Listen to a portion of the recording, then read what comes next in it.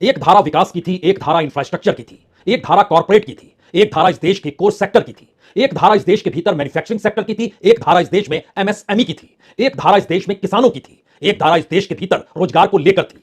ये तमाम धाराएं अगर ध्वस्त हो जाए तो बचेगा क्या? शायद ये ऐसा संकट है या ऐसे खतरे की घंटी है जो इस वक्त देश के प्रधान सेवक के कानों में गूंज रही है।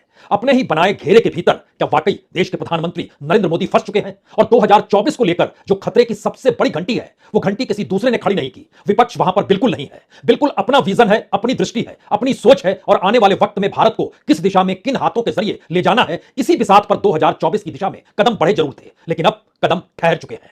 अडानी 2024 तक ठंडे बस्ते में बंद किए जा चुके हैं। इस देश के भीतर में जो डिसइन्वेस्टमेंट भी होना था, उसकी जो बोली भी लगनी थी, उसको लेकर अब किसी कॉर्पोरेट के लिए सरकार काम करने के तैयार नहीं है। यहां तक कि कॉनकोर हो या फिर कोई दूसरी कंपनियों की फहरिस्त हो, कॉर्पोरेट के हक में सरकार खड़ी नहीं होगी, क्योंकि वो नहीं चाहती है कि अब कॉर्पोरेट कोई मुद्दा बने 2024 को लेकर। अंबानी और अडानी भी मुद्दा नहीं बने। इस देश का मैन्युफैक्चरिंग सेक्टर या विकास या इंफ्रास्ट्रक्चर जिसके गुणगान लगातार किए जाते थे, या फिर एमएसएमई का सेक्टर, जिस जिस धारा के आश्रय जिन जिन बातों का जिक्र बीते 2, 3, 4 वर्षों से होता रहा, खासतौर से 2019 के चुनाव के बाद से जो रंगीनियां इस देश ने देखी, वो 2024 तक चुनावी गले की फांस और किसी की नहीं, देश के प्रधान सेवक की बन चुकी है। और सबसे बड़ी मुश्किल यही है कि अगर उस रास्ते 2024 में वोट मांगेंगे तो जनता खड़ी हो जाएगी, क्योंकि रोजगार दिया नहीं, महंगाई को नकेल कसवाने की स्थिति में आरबीआई आ नहीं पाई, रेपो रेट लगातार बढ़ रहा है, तो ईएमआई के दायरे में फंसा हुआ मिडिल क्लास हैरान और परेशान है।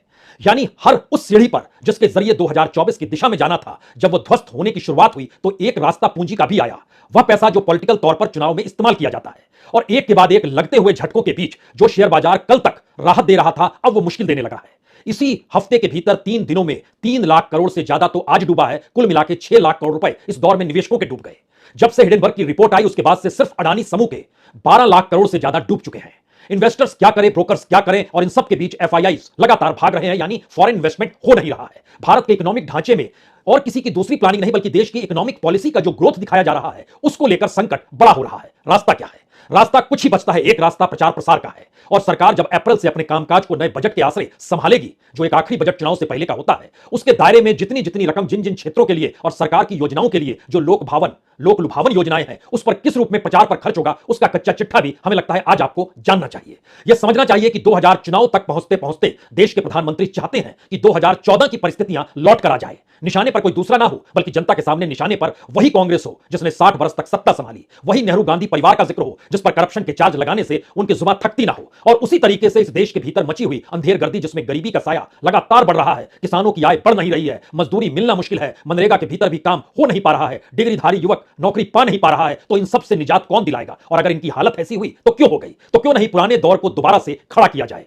यह एक ऐसा यू टर्न है जो बीते 5, 6, 7 बरस में जो भी खड़ा किया गया, उसका कोई रिजल्ट दिखाई नहीं दे रहा था, लेकिन प्रचार के आश्रय जो ठीकरा फोड़ा जा रहा था, उस प्रचार पर ही सेंध और किसी ने नहीं, बल्कि अंतरराष्ट्रीय बाजार ने लगा दी। अंतरराष्ट्रीय तौर पर जो हालात विश्व मंदी के साथ साथ इस दौर में न्यूक्लियर धमकी जो रशिया अमेरिका को दे रहा है, उससे जो शेयर बाजार डगमगाया, विदेशी निवेशक भागे, महंगाई पर नकेल नहीं तो रेपो रेट बढ़ा, ईएमआई बढ़ने की स्थिति में आ गई, और इन सबके बीच सारी मुश्किल यह है कि कोई रिजल्ट बता पाने की स्थिति में सरकार आ नहीं पा रही है, तो होगा क्या? हमें लगता है कि आज इस कच्चे चिट्ठे को समझ लीजिए, क्योंकि सरकार ना कहें, सीधे कहें तो प्रधानमंत्री मोदी ने जो एक अपने लिए बिसात बिछाई, उसी बिसात के दायरे में अब वो आकर फंस गए हैं। इसीलिए अब किसी मंच से आपको डेवलपमेंट का वो चेहरा और उसकी आवाज सुनाई नहीं देगी जिसका जिक्र अक्सर चुनाव में हर रैली में प्रधानमंत्री करने से चूकते नहीं थे। जो योजनाएं ऐलान की गई केंद्र सरकार के जरिए, उसकी गूंज आपको जरूर सुनाई देगी, क्योंकि उसी का प्रचार और उसी के बजट से निकला हुआ पैसा आपको इस देश के मीडिया के जरिए दिखाई देगा, तो मीडिया के बोल और उसके तेवर भी बदले हुए होंगे। तो आइए जरा इस कच्चे चिट्ठे को 2 दृष्टि से खोलने की जरूरत है। पहली दृष्टि उस वोट को पाने की है, अलग अलग राज्यों के लिहाज से वहां कौन सी राजनीति खेली जाए। मसलन बिहार और उत्तर प्रदेश जातीय स्थितियों में उलझा हुआ है, इसको हर कोई जानता है, लेकिन जातीय समीकरण और सांप्रदायिक समीकरण अगर दोनों का सम्मिश्रण कर दिया जाए तो हिंदू मुस्लिम और जाति में ओबीसी और दलित, यह कार्ड खेलना बीजेपी के लिए आसान है। तो इन राज्यों को लेकर किसी डेवलपमेंट का जिक्र क्यों होना चाहिए? नहीं करेंगे। यहां पर अब तो इस तरीके से भी नहीं कह सकते हैं कि विकास के लिए कितना पैसा चाहिए, किस प्रोजेक्ट के लिए कितना पैसा चाहिए, स्पेशल स्टेटस यानी स्पेशल दर्जा जो दिया जाता है, जिसकी मांग नीतीश कुमार कर रहे हैं, उसके जिक्र की जरूरत भी नहीं है। तो जिन बातों की जिक्र करने की स्थिति में कल तक थे, अब वहां से यूटर्न हम लेते हैं और दोबारा आते हैं उसी सोशल इंजीनियरिंग के दायरे में जहां जातियों का जिक्र हो। तो 120 सीटें बहुत साफ तौर पर उत्तर प्रदेश और बिहार की। समझना यहां पर एक क्षण के लिए भी यह भी होगा, 2014 में जो भी चिंतक हुआ करते थे, प्रधानमंत्री उस समय गुजरात के मुख्यमंत्री थे, उनके इर्द गिर्द के, उन्होंने ही गुजरात से हवाई जहाज के जरिए जब उतारा, जो अडानी का जहाज उड़ा और बनारस में जाकर रुका, और उसमें से इस बात का जिक्र हुआ कि मां गंगा ने बुलाया है, तो अब मां गंगा का जिक्र भी नहीं कर सकते हैं। लेकिन उस समय जिन बातों का जिक्र था और बनारस की सीट से चुनाव लड़ना था और उत्तर प्रदेश को प्रभावित करना था, अब उसका दृष्टिबोध दोबारा से नए तरीके से सामने रखना है। तो यू टर्न उस डेवलपमेंट को लेकर और उस विकास की चकाचौंध को लेकर एक बदलाव इस दौर में अब आपके सामने उभर कर आने वाला है। और इसके ठीक समानांतर बीजेपी इस बात को समझ रही है कि अगर उत्तर प्रदेश और बिहार का जिक्र है तो इसके साय में उस हिंदी पट्टी में जहां पर उसका कब्जा है तो ही कांग्रेस बाहर है और तो ही विपक्ष की कोई हैसियत नहीं है। और उसके भीतर का सच यह है कि छत्रप बीजेपी से कम कांग्रेस से लड़ते हुए ज्यादा नजर आए और जो वोट बैंक है वो किसी भी हालत में छत्रपों के साथ रहे। एमवाई समीकरण, जो मुस्लिम यादव समीकरण है, वो बिहार और यूपी में कार्ड विपक्ष के लिए चलना चाहिए, या कोई दूसरा नहीं चाहता है। ये बल्कि इस दौर के बीजेपी के नेता चाहते हैं, जिनकी अगुवाई देश के प्रधानमंत्री मोदी कर रहे हैं। उनके चाणक्य नीति बहुत साफ करती है कि एमवाई अगर इंटैक्ट रहता है उत्तर प्रदेश और बिहार के भीतर तो कांग्रेस पनप ही नहीं पाएगी, और कांग्रेस और छत्रप जब आपस में लड़ेंगे तो लाभ सीधे बीजेपी को होगा। इसलिए एकजुटता का सवाल दूर की गोटी है। अखिलेश यादव को भी महसूस होता है एमवाई समीकरण चल गया तो वह आज बजट के दिन जब उत्तर प्रदेश का बजट रखा जा रहा था तो शेरवानी पहनकर आ गए। और दूसरी तरफ एमवाई समीकरण में एम के सामने कोई दूसरा ऑप्शन नहीं है तो उसको तेजस्वी यादव ही नजर आने चाहिए। इसका भरपूर प्रयास नीतीश कुमार भी कर रहे हैं कि दरअसल उनके साथ ही ये वोट इंटैक्ट रहे तो 2024 में अपनी सीटें हम बचा तो सकते हैं। जो पिछली बार हम बीजेपी के साथ मिलकर लड़े थे, इस बार उसमें एक बड़ा शिफ्ट हुआ है। तो एक यू टर्न समीकरण के लिहाज से और राज्यों की राजनीति के लिहाज से इस देश के प्रधानमंत्री को भी अपनी चुनावी रैलियों में करना है। और लौटिएगा जैसे ही 2014 की दिशा में, तो आपके जहन में आएगा उस समय क्या क्या कहा जाता था। बिल्कुल उसी लाइन पे नए तरीके से उन योजनाओं का जिक्र होगा जो सरकार की ऐसी योजनाएं हैं जो वोट बैंक में तब्दील की जा सकती है। और उसके लिए चूंकि बजट में प्रावधान किया गया है पैसे का, तो उस पैसे के आश्रय चीजों को क्रिएट किया जा सकता है। और उसके दायरे में जरा अब समझना शुरू कीजिए कि अब आने वाले वक्त में जो पोस्टर्स आपको दिखाई देंगे, जो अलग अलग नारे सुनाई देंगे, अलग अलग रैलियों में बीजेपी के नेता जिसका जिक्र करेंगे, खुद प्रधानमंत्री जिसका जिक्र करेंगे और उसका कच्चा चिट्ठा सामने रखेंगे, और प्रचार के लिए तो मेन स्ट्रीम मीडिया तैयार है ही। तो उसके दायरे में एक एक करके सुनिए, दर्जन भर योजनाएं हैं जो सरकार के गेम प्लान में। उसमें मनरेगा भी है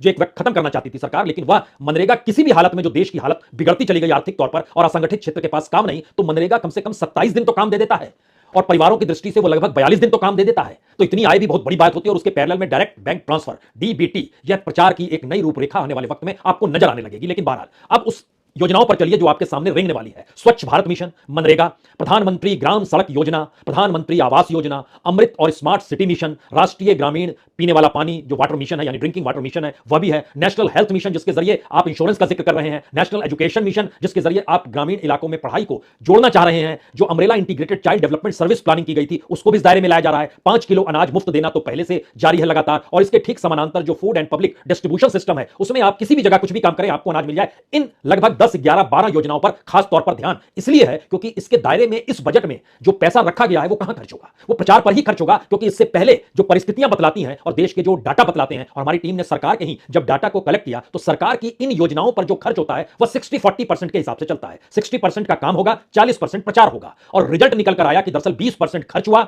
35% प्रचार हुआ, बाकी का 45% पैसा था ही नहीं। तो वो खर्च ही नहीं हुआ, तो पैसा नहीं था तो खर्च कहां से होगा। तो इस दृष्टि से अगर आप समझिए तो जैसे प्रधानमंत्री सड़क योजना जो है, ग्राम सड़क योजना 19,000 करोड़ का बजट है, आवास योजना पर 79,000 करोड़ का बजट है, जो स्वच्छ भारत मिशन है अभी भी उसके आपको अलग अलग जगहों पर प्रचार प्रसार होगा, 12,192 करोड़ का उसमें बजट रखा गया है। हेल्थ मिशन पर 36,000 करोड़ है, राष्ट्रीय ग्रामीण पीने के पानी योजना जो है जो मिशन है उस पर 70,000 करोड़ का बजट है, नेशनल एजुकेशन मिशन जो है 38,000 करोड़ का बजट है, जो चाइल्ड डेवलपमेंट सर्विस है उस पर बजट तकरीबन 20,000 करोड़ का है। ये सारी चीजें एक साथ चलेंगी। इसके साथ साथ जो खेती से जुड़ा हुआ मामला है उसमें एग्रीकल्चर के ऊपर बजट 1 लाख करोड़ का है, लेकिन फर्टिलाइजर पर 1,75,000 करोड़ का है क्योंकि यह सब्सिडी देनी पड़ रही है। तो जो सब्सिडी देंगे, अगर आप सब्सिडी दे रहे हैं तो इसका मतलब है कि जो आपका पूरा प्रोसेस था इससे पहले सब्सिडी से हटकर जो मार्केट इकोनॉमी देख रहा था वह ध्वस्त हो गया, खत्म हो गया। तो अब आप दोबारा सब्सिडी के फॉर्मेट में आ गए, यानी अप्रैल से नए बरस की शुरुआत, जो चुनावी बरस की शुरुआत होगी उसमें आपको ये सारी चीज नजर आएंगी। तो आप लौटिए दोबारा से 2014 की परिस्थिति में, निशाने पर पुरानी सत्ता, निशाने पर पुराने हथकर्म, लेकिन मौजूदा वक्त में 8-9 वर्ष में क्या हुआ इसको आप कैसे भूल जाएं कि दरअसल रोजगार नहीं मिला, अंबानी अडानी सरकार की यारी के साथ नहीं थे, इस देश के तमाम पब्लिक सेक्टर को कौड़ियों के मोल कैसे बेचा गया और किस रूप में डिविडेंड बैंकों से और रिजर्व बैंक तक से लिया गया। महंगाई तो दूर की बात है, उस महंगाई पर नकेल कसने के लिए सरकार के पास ईएमआई को बढ़ाने के अलावा कोई दूसरा रास्ता नहीं था। और तो और जो डाटा दिया गया अंतरराष्ट्रीय तौर पर आईएमएफ को भी, उस डाटा ने भी इस बात का जिक्र किया कि दरअसल भारत की जो ग्रोथ रेट है वह एक फेक ग्रोथ रेट की दिशा में तो नहीं है। और यह सवाल उसके 23 की जो पूरी की रिपोर्ट है आईएमएफ की उसमें नजर आने लगा। 3-4 मैसेज बहुत खुलकर सामने आकर आज की तारीख में खड़े हो गए। पहला, जो सोच रहे थे कि इस दृष्टि से 2024 की दिशा में जाएंगे और चुनाव जीत जाएंगे, उस दिशा को बदलने का वक्त आ गया है। उससे काम नहीं चलेगा, क्योंकि लोगों के भीतर वह मुद्दे आक्रोश भरते हैं, यानी उनके भीतर गुस्सा आता है कि आपने ये किया नहीं और आप ये सब कुछ कर रहे हैं। यह रिपोर्ट सरकार के पास है। दूसरा सवाल है कि जो विपक्ष की एका की बात हो रही है, तो उसमें विपक्ष की एका तो दूर की बात है, उसमें छत्रपों को ही कहां पर किस रूप में पनाह भी देनी है और उसके ठीक समानांतर जिन एजेंसियों का जिक्र होता है उसका भी खुले तौर पर करना है। इसलिए ध्यान दीजिए, पहला शिफ्ट राज्यसभा में तब नजर आया कि आने वाले वक्त में हमारा कवच कॉर्पोरेट नहीं होगा, पैसा नहीं होगा, डेवलपमेंट नहीं होगा, अंबानी अडानीज का जिक्र नहीं होगा, इंटरनेशनली हम भारत को इस रूप में प्रोग्रेस की दिशा में ले गए यह भी नहीं होगा। वर्ल्ड मार्केट में जो इक्विटी है उसमें ब्रिटेन आज के दिन भारत को भी पार पहुंच गया, जो छठा सबसे बड़ा इक्विटी के मार्केट का देश है, वो अभी भारत के पार आ गया। यानी इंटरनेशनली ग्रोथ जो है वो कैसे कम हो रही है। और इस महीने लगभग एफआईज ने कितने बिलियन डॉलर पैसे निकाल लिए हैं भारत के शेयर बाजार के भीतर से। पुराने दौर में चले जाइएगा तो 17-18 बिलियन डॉलर 2022 में निकाले थे। तो फॉरेन इन्वेस्टमेंट इस दौर में जब शेयर मार्केट को लेकर रुक गया है, तो प्रोजेक्ट्स को लेकर कैसे आएगा, जो प्रोजेक्ट्स इलेक्शन की दिशा में बढ़ने के लिए अब थम गए हैं, रुक गए हैं। तो सरकार का बड़ा निर्णय 2024 तक अडानी का जिक्र उसकी जुबान पर नहीं आना चाहिए। हर मंत्री को निर्देश है, हर संस्था को निर्देश है, अडानी का जिक्र नहीं होना चाहिए। कोई जांच, कोई पूछताछ नहीं होनी चाहिए। यहां तक कि अहमदाबाद में भी किसी को नहीं जाना चाहिए पूछताछ की दृष्टि से, और इसके दायरे में सेबी भी आ जाए और एलआईसी भी आ जाए, जो कल तक कह रही थी हम पूछताछ करेंगे, लेकिन अभी तक ऐसा कुछ हुआ नहीं और आने वाले वक्त में होगा भी नहीं। और संयोग ऐसा है कि आज ही के दिन सबसे ज्यादा शेयर्स किसी के गिरे तो वो अडानीज के गिरे और 51,000 करोड़ का नुकसान उसके इन्वेस्टरों को हो गया। कुल मिला के 12 लाख करोड़ का नुकसान हो चुका है। आज 51,000 करोड़ का, और आज तकरीबन 3.5 लाख करोड़ इन्वेस्टर्स के शेयर बाजार में झटका खा गए, चूना खा गए, जो नीचे आ गया। उसकी वजह अलग अलग है, लेकिन इन सब के बीच एक वजह अडानीज का वो डेवलपमेंट का मॉडल है, जो वैल्यूएशन के आसरे चलता था और कैसे लोन लेता था, उस लोन को फिर से लगाता था और उसके जरिए फिर लोन लेने के लिए शेयर बाजार का नया वैल्यूएशन आता था। इस पूरी प्रक्रिया के भीतर सरकार की चुप्पी, सेबी की खामोशी और सरकार के इन्वेस्टमेंट के तौर तरीकों का होना, ये सारी चीज बताती है कि अब आप कॉर्पोरेट को भूल जाइए। तो कॉर्पोरेट को सरकार भूल गई है। अब इसके अलावा 3 सेक्टर और है जिस पर सरकार को काम करना है, वो है एक रेलवे का। आने वाले वक्त में आपको रेलवे में भर्ती योजना निकल कर आएगी। ये अलग मसला है, वो योजना ही निकल कर आएगी कि कितने लाख लोगों की भर्ती होने वाली है, क्योंकि 2,40,000 करोड़ का बजट सामने रखा गया है। लेकिन उसमें भर्ती नहीं होगी। 2024 से पहले भर्ती हो जाए, क्योंकि इससे पहले जो निकाली गई भर्ती योजना उसमें भर्ती नहीं हुई, तो इसमें कैसे हो जाएगी। लेकिन लॉलीपॉप तो दिखाया जा सकता है। तो लॉलीपॉप दिखाने के तरीके अब डेवलपमेंट के आसरे नहीं है, बल्कि उसके आसरे है जहां पर आपको सिर्फ एक उम्मीद दिखाई दे और पुराने दौर को देखकर आप सोचें नया दौर अच्छा है और इनका कोई विकल्प हो नहीं सकता है। यह दृष्टि आपके जहन में रहे। और इसके साथ साथ जो 3-4 चीजें हैं, उसमें एक बात और समझिए कि दुनिया भर में 3 मैसेजेस हैं कि जो भारत में पैसा लगता था उसमें यहां के सोशल एस्पेक्ट को, यहां की गवर्नेंस को और यहां के इन्वायरमेंटल प्रोसेस में, यानी आप एनवायरमेंट से लड़ रहे हैं, आप किस तरीके से ग्रीन एनर्जी, ग्रीन हाइड्रोजन की दिशा में बढ़ रहे हैं, तो हम पैसा लगाएंगे। लेकिन संयोग से जो ये ईएसजी है, यानी इन्वायरमेंटल सोशल गवर्नेंस, इसको लेकर बाहर वालों ने पैसा डालना बंद कर दिया।